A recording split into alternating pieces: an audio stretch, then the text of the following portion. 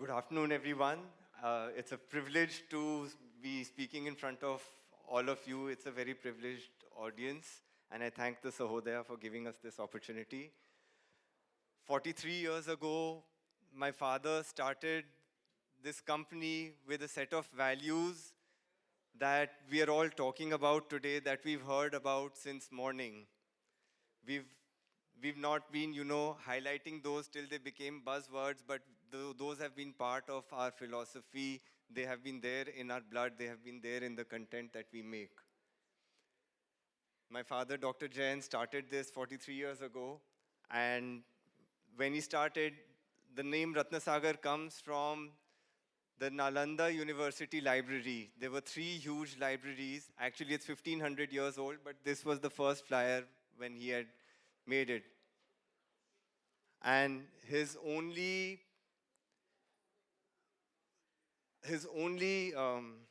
perspective was excellence. And in his first vision statement, he had written, "Our books employ the most modern and proven approaches towards the shaping of young minds." So all along, we have always believed in and enabled meaningful learning through all the textbooks, all the content that we make. Of course, we are always learning. We don't know everything all the time, and we are always improving. We have always questioned, listened to all of you, and reimagined what education can be. And even today, I will, talk to, discuss with all of you how we are reimagining it even further. So how do we even go about that? When my father started this company, textbooks were in two colors. They were purple tigers because the text was black and the images were in a purple ink or a green ink. And he came out with Living Science, the flagship of Ratnasagar, which was four color. When he came out, he was a linguist and he understood that, all the children that go to school, they speak another language at home, but they have to learn in English. So when they're studying science, they're studying a new subject in a new language. They have English as a subject and they have science which is taught in English. So will science be easy or difficult? Easy or difficult? Difficult. Why? Because they're learning it in a completely new language. So as a linguist, he understood that. And that is why for Living Science, he had three authors and one of them was an English teacher. Her task, her brief was to make science readable and understandable by students without compromising on the technical aspects. So the science cannot be compromised, but it is written in a way that is easy for the kids to understand. And that is why it always starts with, why does it have to be this way?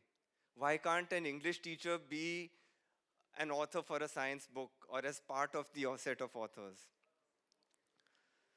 So a lot of values, a lot of stereotypes that we deal with, a lot of things we want kids to understand. Long before leadership and life skills became buzzwords, we incorporated those in our textbooks. So you would always find fathers in the kitchen, helping in the kitchen, and values for respect for elders, and grandmothers are not always, bespectacled and a sari. We've broken a lot of stereotypes. And right from the beginning, kids learn by observing more than what they are taught. And again, we've always been centered on the kids. But then when we talk about kids, we've heard since morning, I think, n number of times, that kids these days, it's a completely new world. I mean, kids are always kids, but they're in a completely new environment with a lot of challenges. And, like we talk over here, we also have discussions in the office. So recently, we had a discussion in the office. What are the challenges kids are facing? And again, we discussed they're all the same, all the same challenges. And a lot of them came up with everything that we are all well aware of: hyper-connected, emotionally disconnected. They want instant approval, instant gratification, easily frustrated, lonely. Again, we've talked about serious concerns that, kids take extreme action when they're pushed to a corner or they feel lonely, they can't express themselves. And there are a lot of pressures on kids. It's always a race for them. It's a 12-year marathon, maybe, that at the end of the 12th year, you have to achieve something and then make something out of your life. And it is just a race between academics and the next notification on their device. So it's a constant race. But why does it have to be that way? They're surrounded by information, but then are we able to handle them emotionally? They're hearing so many voices, but their own voices drowned somewhere because they have a lot of adults, they have peers to keep up with, and they have a shortage of friends these days. They're always into their devices. Why are they withdrawing into the corners of social media, and what can we do about it? They are disconnected with learning, and in spite of all the ed tech that we have flooded since the time of COVID and even before, ideally kids should be doing much better now. But again, we are talking more about the problems with technology than how they have solved problems in education. So technology is just a tool. Technology is not uh, a solution for everything. The problem is they're growing up in a very noisy world, and in our routine, we are always focused on teaching them nouns and verbs, but then somewhere, because patience and perspective and character development are not part of the curriculum, we end up missing out on those things. They know what to say, but they don't know why they are saying, why they are doing something. They don't have that motivation. So recently I had done this discussion, running an organization, dealing with new hires and the new generation, and you end up comparing what you want in people when they join a particular kind of work, and what are they learning. So if you look at the reality of the pressures that kids face, the first thing is competition. Who's come first? Who's got higher marks? Whereas what you need when you're working, teamwork. Because you're always part of a team, you're always part of an organization which is out to achieve something. If there is no teamwork and people are competing, we don't achieve. They just to score marks, they end up memorizing. Even if we keep telling them don't memorize, understand, they end up memorizing. They lose out on problem solving abilities that they need in the real world. They face stress, burnout, they don't build resilience. They suffer demotivation at the cost of confidence, which is needed when you're at work, because at work we need them to solve real problems. They learn to follow. Even at the lowest level, suppose at Ratnasagar, we need people to take initiative.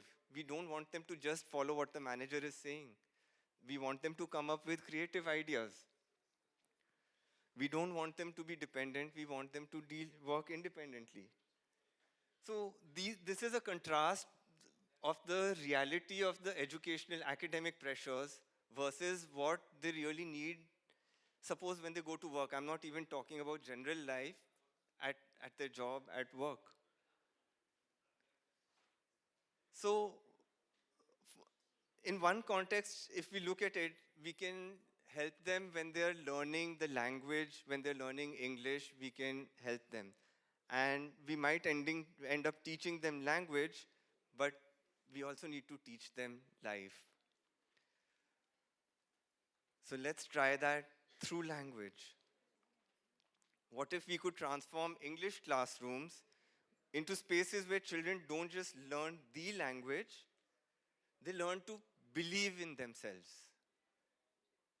They build that kind of confidence.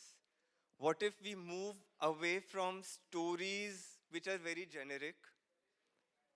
We've read a lot of stories, all of us are in education, where exercises are not just random tasks with no real purpose. Right? In an art book, you will see that, okay, color the umbrella blue. There's no purpose. Or you might have a writing book which says, this is a red car. What if we move away from situations which children cannot relate to?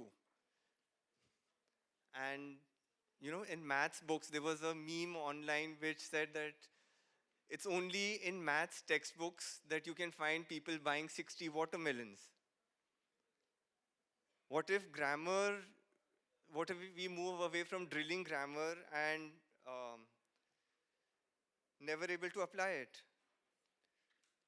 So we want to focus on the formation, on their progress rather than just information. We want them to be courageous. We want to think for a moment, what do we want them to become? And why I'm saying this is that all textbooks, all courses will be variations of each other. But at Ratnasagar, we don't just, figure out, okay, this is NEP compliant, this is NCF, this is according to the latest syllabus. Of course, Ratnasagar will give you the latest. But we need to go much deeper than that. What do we want them to become? We are in this together. We want them to follow by example. We want to change the way they grow up. We want them to read real stories, follow activities that actually build character, and that they're able to lead. We don't want random worksheets. We just don't want to teach a subject, we want to shape a generation. So we want to build a holistic, future-ready course where language learning meets education. We want to have fearless learners. We want to have confident students. So we have two courses, Calix and Believe, which are based on this philosophy. And we first started with Calix a couple of years ago. Side by side, we were working on another course, Believe. And Calix came out 2 years ago, Believe came out this year. Calix has a lot of support in the form of technology, but technology is not the center of it. The soul of Calix is building skills for, like I said, language and numeracy, so that they can handle physics, chemistry, maths, all the other subjects confidently with that additional support. Can I play this video?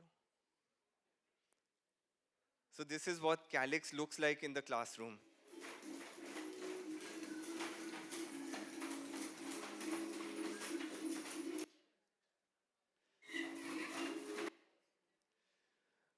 The real, um, the real difference in Calix has been something that kids always relate to.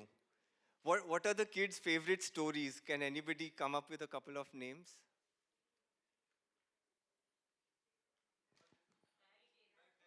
Fairy tales, but again, if you look at, 10-year-olds and Panchatantra.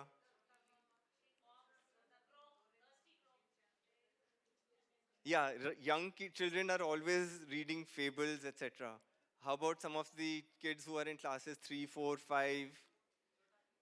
Chota Beam. So kids relate to, characters. They love Harry Potter. My son loves Harry Potter. He's been reading it since class 3 and now he's in class 7. He's read and reread it. So in Calix, we built an entire universe of characters and their stories. And each subject, each lesson starts with a paragraph which is a story about one of the characters. The kids don't just read subjects, they live the subjects through these characters. There are these 5 characters, and you can see 5 of them dressed up and acting those characters. These characters have birthdays. Schools have celebrated these birthdays in the classrooms. These are real cards that kids have made, the students have made, and the video that we just saw, they're just living through these characters. They learn alongside these characters, they have cutouts that you get, and they don't need to be told anything. If they see that the character is being honest, they imbibe that honesty because they know that, Ryan in this story did something where he admitted his mistake and was honest. They don't need to be told, you should be honest. So they learn the values, they learn the skills with these characters, and that is Calyx. It has a lot of other things. I don't want to get into those details. I just wanted to, highlight the philosophy of Ratna Sagar, which has been put together in this course. We want to address their emotions. They don't want to have fear of failing. So the next step, which I said, was believe. Again, they read so many stories. Why not make them inspired? And while we were putting together this course, I'll just show this video.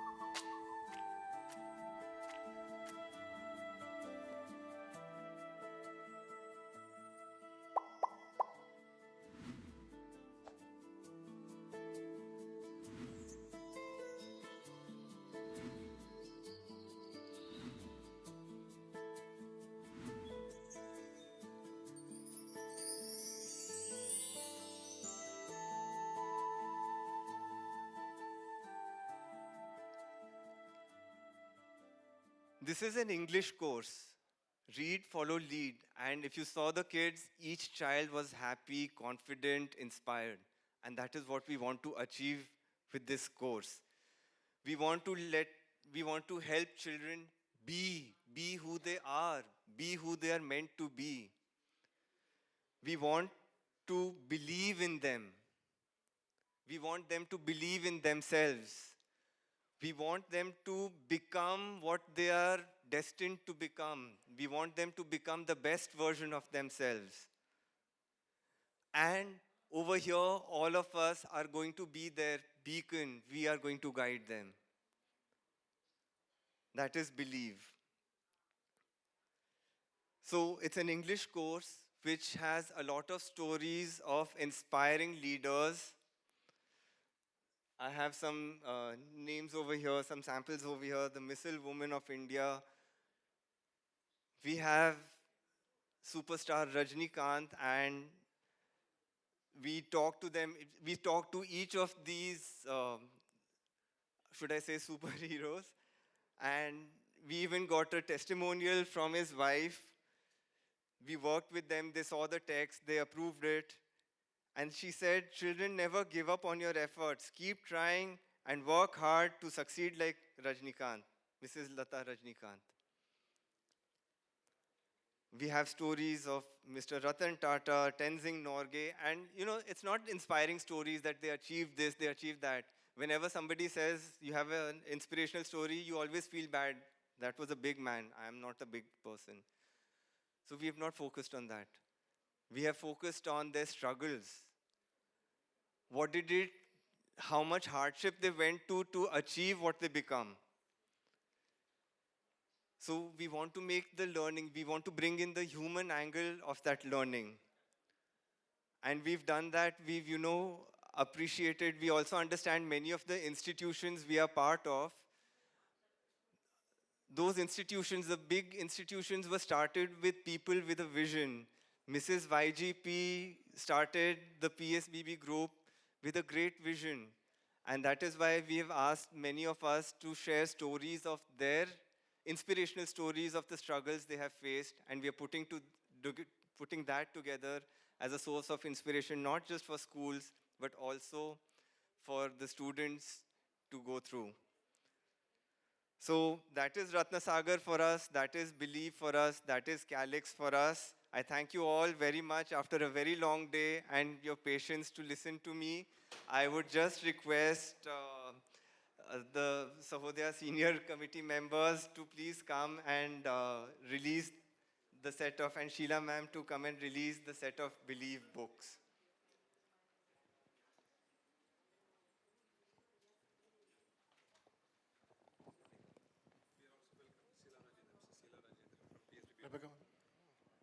A hearty welcome to Mrs. Sheila Rajendran ma'am from PSBB school. Hari Om, ma'am.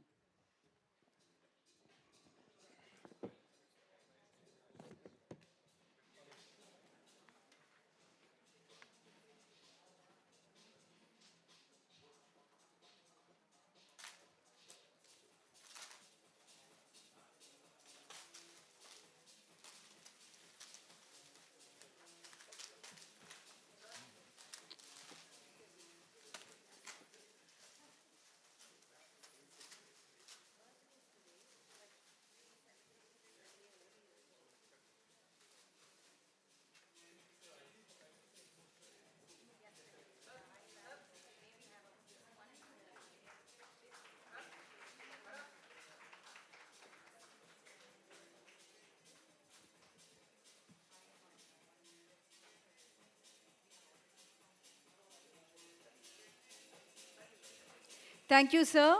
Your perspectives on integrating innovation into classroom practices through Believe and Calix offered practical guidance and inspired new ways of thinking about teaching and learning. I now invite the senior principals of... May I request Mrs. Sheila Rajendran ma'am to speak a few words about the guest. Shri Guru Bhyo Namaha. I know it's the fag end of the evening, and just wanted to thank the organizers and of course Ratnasagar to have invited me. My apologies, I couldn't come and stay here the whole day. And it's been a very satisfying and a very emotional day for me particularly and for PSBB. Mrs. YJP's 100th birthday is actually today, and it's a wonderful gathering of principals and educationists and publishers who facilitate in actually schools with your publishing and the books and the various books. And what a coincidence that we're actually here on the centenary birthday of a Doyen in education, a legendary visionary educationist. And I still remember, I just said this a week back in another conclave. If it was Mrs. YGP, if she was here, and in spirit she's here, but every workshop, every invitation of a publisher, every conclave, when she's invited, she's there right, she used to be there right in the front, soaking in all the, the speeches, the presentations, and actually taking down notes. And not just when she was young, I'm talking about when she even crossed 80 and 85 and 90. Such was a continuous learner and a great educationist. I really deem it a pleasure to be part of this entire group of principals and senior teachers and publishers. Thank you so much. Thank you, ma'am. I now request the esteemed senior principals of Zone 9 cluster schools to kindly come forward and present a token of appreciation to our venerable guest. I request Sheila ma'am to be on the stage. CSSC take pleasure in honoring you, please.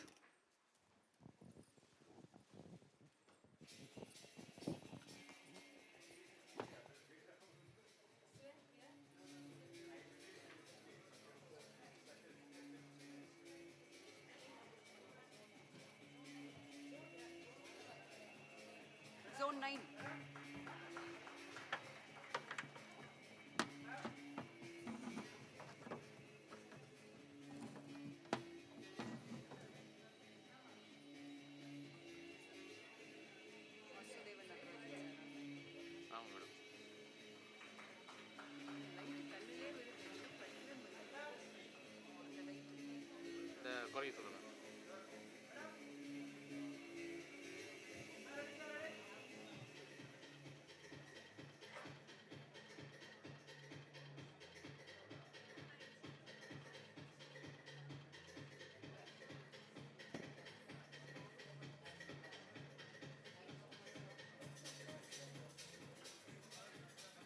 Thank you all for your kind gesture.